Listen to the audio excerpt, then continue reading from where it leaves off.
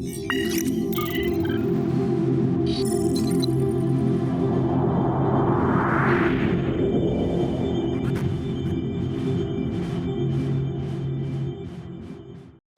e benvenuti sul mio canale.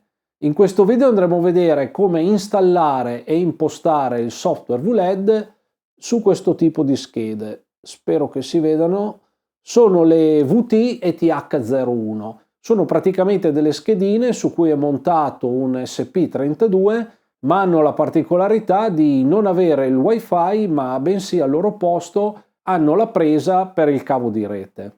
Schede simili, adesso non proprio queste, vengono preferite nei grandi impianti perché chiaramente la connessione tramite cavo è molto più stabile, molto più sicura e meno soggetta a interferenze rispetto alla classica connessione radio. Come sempre vi ricordo di iscrivervi al canale, di lasciare un like e di lasciare un commento. Questo per me è veramente molto importante perché fa sì che poi il mio canale cresca e io possa portare a voi contenuti sempre migliori. Io vi auguro buona visione e ci vediamo al prossimo video. Ciao! La prima cosa che dobbiamo fare è installare il software VLED sulla scheda VT32 e per fare questo la dobbiamo collegare necessariamente al PC. E già qui incontriamo il nostro primo problema, in quanto il PC per comunicare utilizza USB, mentre invece la scheda VT32 utilizza un sistema molto più semplice chiamato WART. Come sicuramente avrete notato, questa scheda non è dotata di port USB, per cui se anche in un qualche modo riuscissimo a collegarla al PC, le due periferiche non riuscirebbero a dialogare tra di loro. Per spiegarvi meglio questo concetto è come se prendessimo ad esempio due persone, una che parla solo inglese e una che parla solo italiano. Se le mettessimo a parlare tra di loro, queste due persone non capirebbero niente di quello che si dicono. Per cui in questi casi viene chiamato un interprete, che non è nient'altro che una terza persona che conosce entrambe le lingue e che quindi può tradurre quello che dice uno all'altro.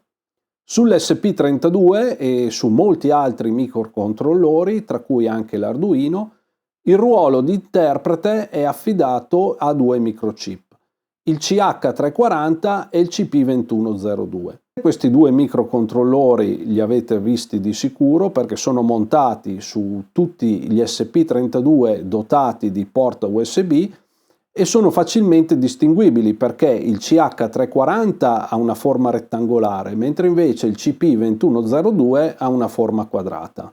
Questo però non risolve il nostro problema perché il VT32, non avendo porte USB, non ha neanche la possibilità di avere questo chip. Per cui come fare? Dobbiamo quindi affidarci a un convertitore USB TTL che non è nient'altro che una schedina dove ad esempio in questo caso vedete chiaramente montato a bordo un CH340, lo potete trovare anche col CP2102, non cambia niente. Da una parte ha la presa USB per andarsi a collegare al nostro PC, mentre dall'altra ha dei pin che tramite dei cavi DuPont possono essere collegati ai pin del VT32. Inoltre può portare direttamente la tensione della presa USB, quindi i 5 volt, oppure tramite questo jumper la possiamo ridurre a 3,3 volt. Questo ci permetterà di alimentare la nostra scheda VT32. Andiamo quindi a vedere come collegarlo. La prima cosa da fare è mettere il VT32 in modalità programmazione e per fare questo occorre portare il pin 0 allo stato basso, quindi andremo a fare un ponte con la massa. Dopodiché andremo a collegare l'alimentazione in base a quella scelta col jumper, quindi se scegliete 3,3 volt come nel mio caso l'andrete a collegare ai 3,3, mentre se scegliete i 5 volt li andrete a collegare ai 5. Collegheremo il ground col ground del VT32. Per finire andremo a collegare il pin di trasmissione e di ricezione del convertitore col pin RX0 e TX0 del VT32 in maniera incrociata, quindi TX con RX e RX con TX. Fatto questo, siamo pronti per caricare il software VLED. Ci rechiamo quindi sulla pagina di installazione del software VLED, per cui su install.vled.me, e prima di connettere il convertitore USB dovete essere sicuri di aver installato i driver. Se non li avete installati, una volta identificato il tipo di chip che è montato, premete su No Device Found e qui trovate sia i CP2102 che i CH340. Una volta installati i driver e riavviato il PC, andremo a collegare la nostra schedina. Selezioniamo quindi la versione di VLED che vogliamo installare, nel mio caso lascio la 0.15 e andiamo a selezionare Ethernet. Questo perché la nostra scheda VT32 non ha il Wi-Fi, quindi dovrà necessariamente funzionare con la LAN. Fatto questo, premete su Install. A questo punto vi comparirà una finestra con un messaggio dove dovete andare a selezionare la porta di comunicazione. Se come nel mio caso ve ne compare solo una, è molto semplice, selezionate quella lì.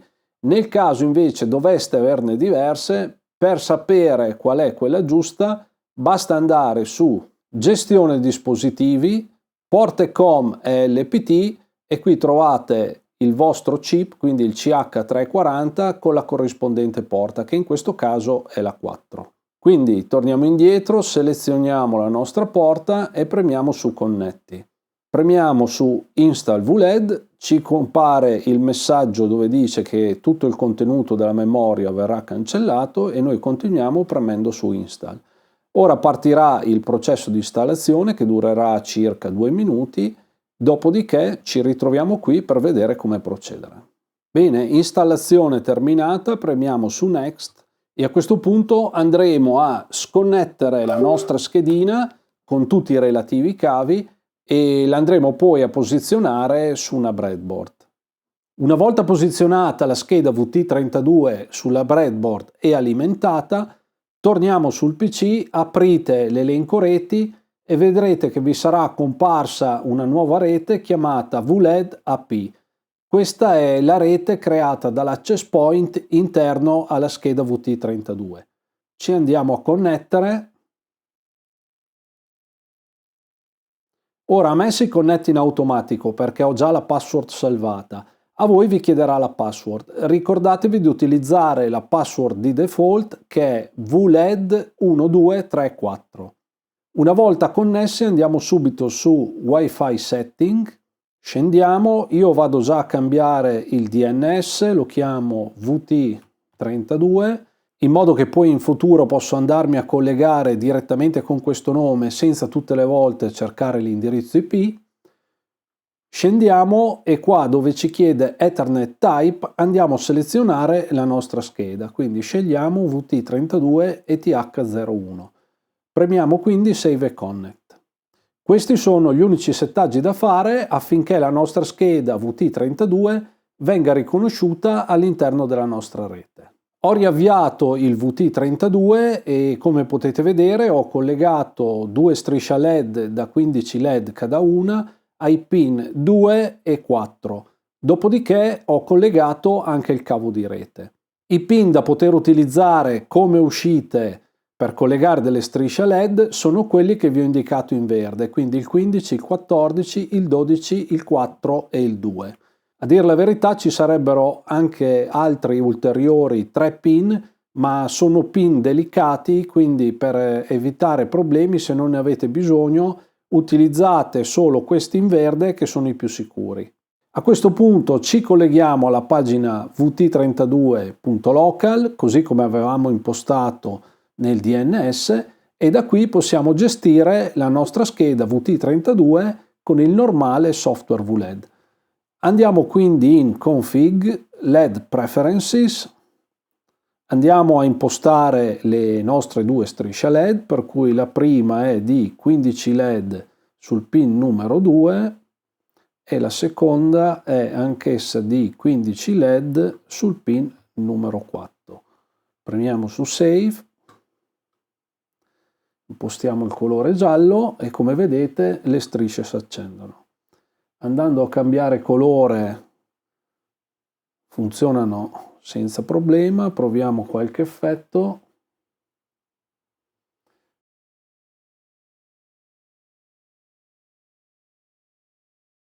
Bene, come avete visto il tutto funziona perfettamente, per cui possiamo usare VLED anche senza il wifi, utilizzando appunto queste schedine con la presa di rete, anche se non vi nascondo che comunque quella scheda, la mia, in alcune occasioni mi ha fatto un po' dannare perché non si connetteva, quindi ho dovuto riavviare più volte la scheda, ho dovuto provare a togliere e mettere il cavo di rete, però diciamo che alla fine il risultato che abbiamo ottenuto è quello che si vede, quindi il tutto funziona.